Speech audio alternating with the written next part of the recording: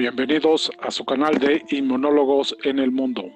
Continuaremos con la segunda parte de la historia de la asepsia y la antisepsia, y habíamos dejado la anterior sesión con la historia del insigne médico Ignaz Semmelweis, el cual recibió un reconocimiento póstumo a sus trabajos sobre la higiene, porque en vida no recibió ningún reconocimiento al respecto, pero gracias a lo que dejó escrito en su trabajo, Roberto Koch y Louis Pasteur le dieron una nueva importancia a sus estudios y de esta manera fue revalorizado.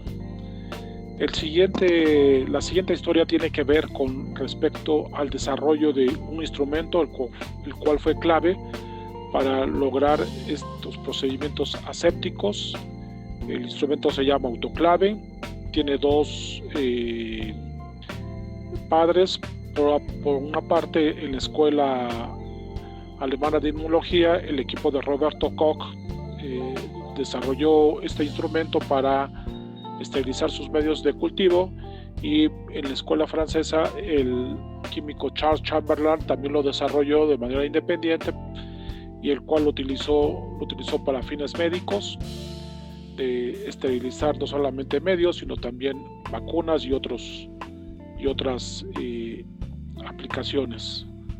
Entonces, Inmunólogos en el Mundo tiene el placer de presentar a Charles Chamberlain, inventor del autoclave, el cual se graduó como químico en el año de 1846 y empezó a trabajar en la escuela de medicina de París, y también como colaborador de Louis Pasteur desde el año 1878.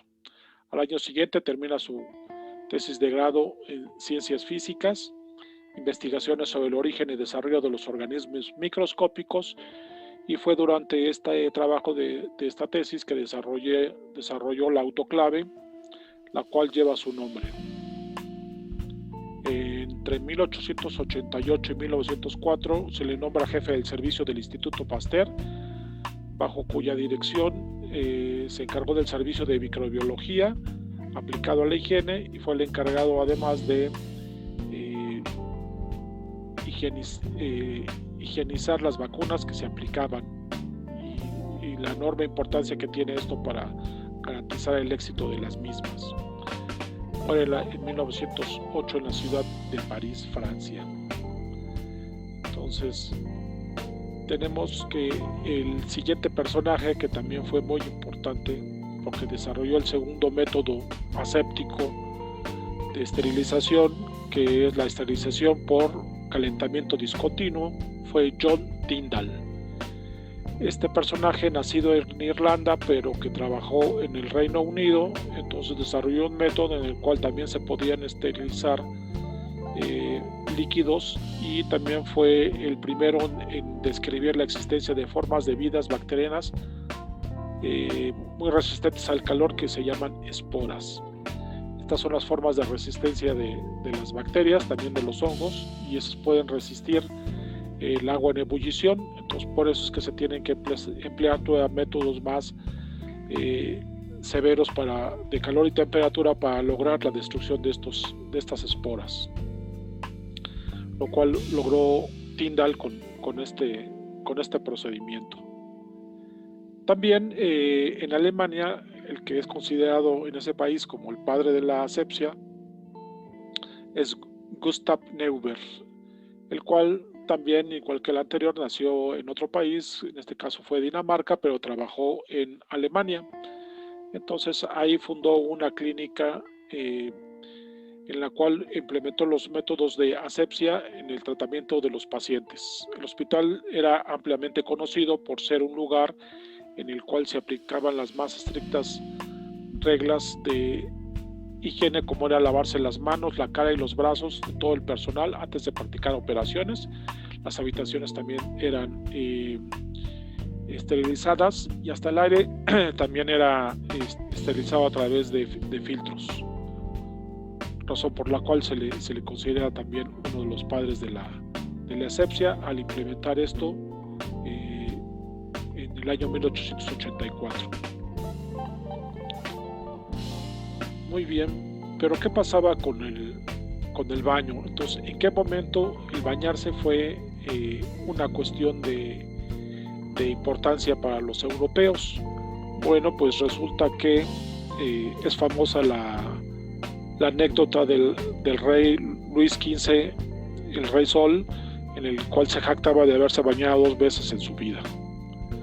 Bueno, entonces la introducción de este concepto del equilibrio entre los 4 humores, que era la teoría predominante durante buena parte de la Edad Media y todavía al inicio de la Ilustración, en la cual se introduce un 5.º elemento, que era el agua, ¿sí? Se veía todavía con cierto recelo.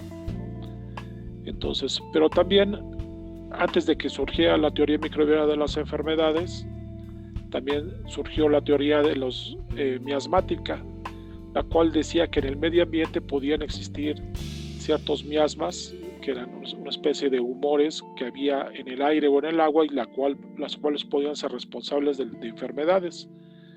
Entonces, por lo cual habría que purificar estos ambientes.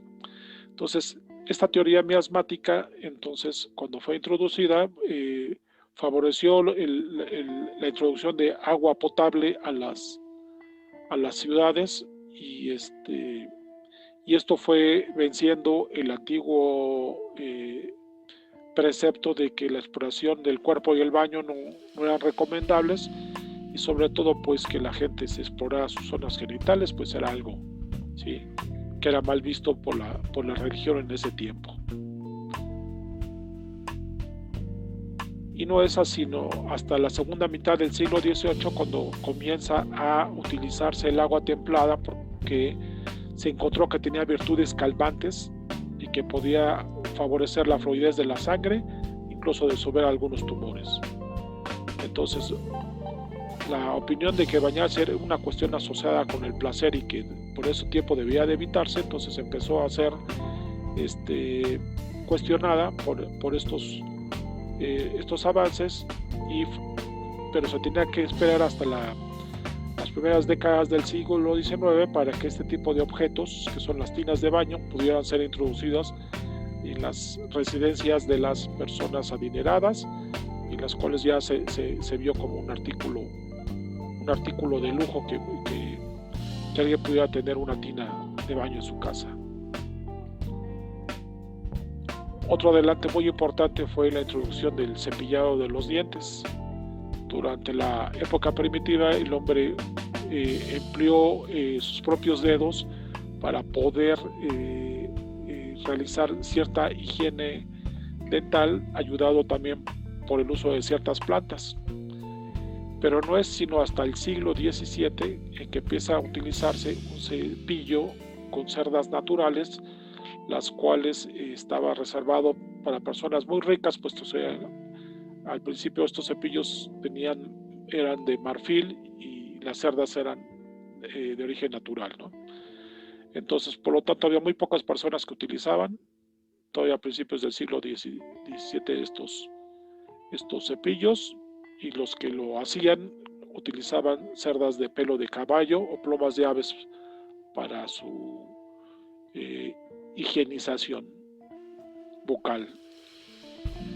Pero es hasta el siglo XIX, allá por los años 1880, que Koch y Pasteur introducen la teoría microbiana de las enfermedades y encuentran que estos cepillos también podrían ser un fomite, es decir, contener bacterias que pudieran favorecer las infecciones, debido a que las cerdas muy filosas o puntiagudas de estos materiales podían provocar laceraciones en la encía, provocar gingivitis y por lo tanto infecciones. Entonces aquí vemos una marca de cepillo de dientes allá por 1780, pero no fue hasta 1930 cuando estos cepillos de cerdas naturales fueron cambiados por los cepillos plásticos, que eran mucho más económicos y al alcance ya de grandes núcleos de la población, lo cual la higiene bucal fue mejorando.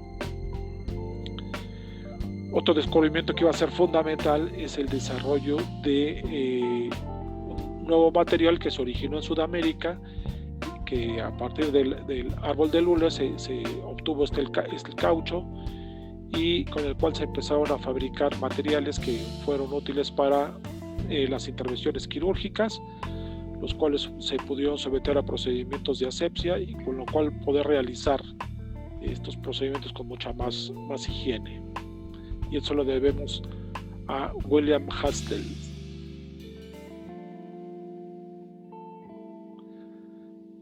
Ahora vamos a hablar de la antisepsia, la cual es una palabra compuesta de dos vocablos, anti, contra, y septo, que significa bacterias. Entonces, la antisepsia es un procedimiento para matar bacterias por medio de sustancias principalmente químicas, ¿sí? Y su descubridor fue este médico escocés Joseph Lister, y la sustancia de la que estamos hablando en ese tiempo era conocida como el ácido carbólico, pero actualmente se le conoce como fenol.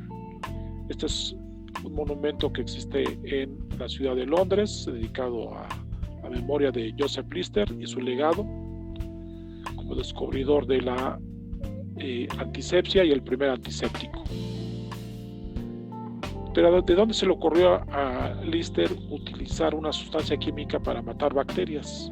Bueno, se le ocurrió la utilización de esta sustancia, el fenol, disuelto en agua, el cual era utilizado por los médicos veterinarios de esa época para poder desinfectar las heridas del ganado vacuno.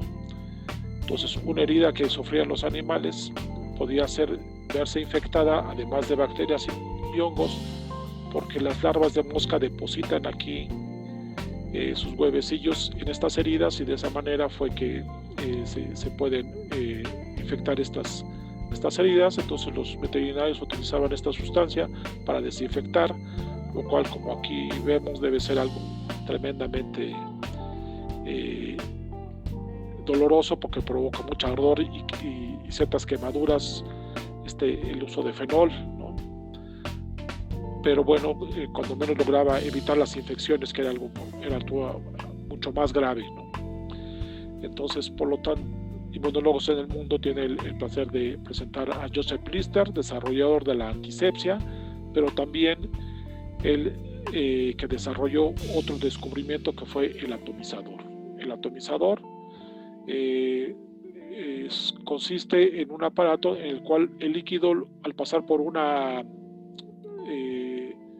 rejilla muy fina, dispersa el líquido en pequeñas partículas, lo cual hace que éstas tengan mayor superficie de contacto sobre los materiales y se pueda esterilizar en forma mucho más eficiente que si introducimos el material quirúrgico en una bandeja con fenol.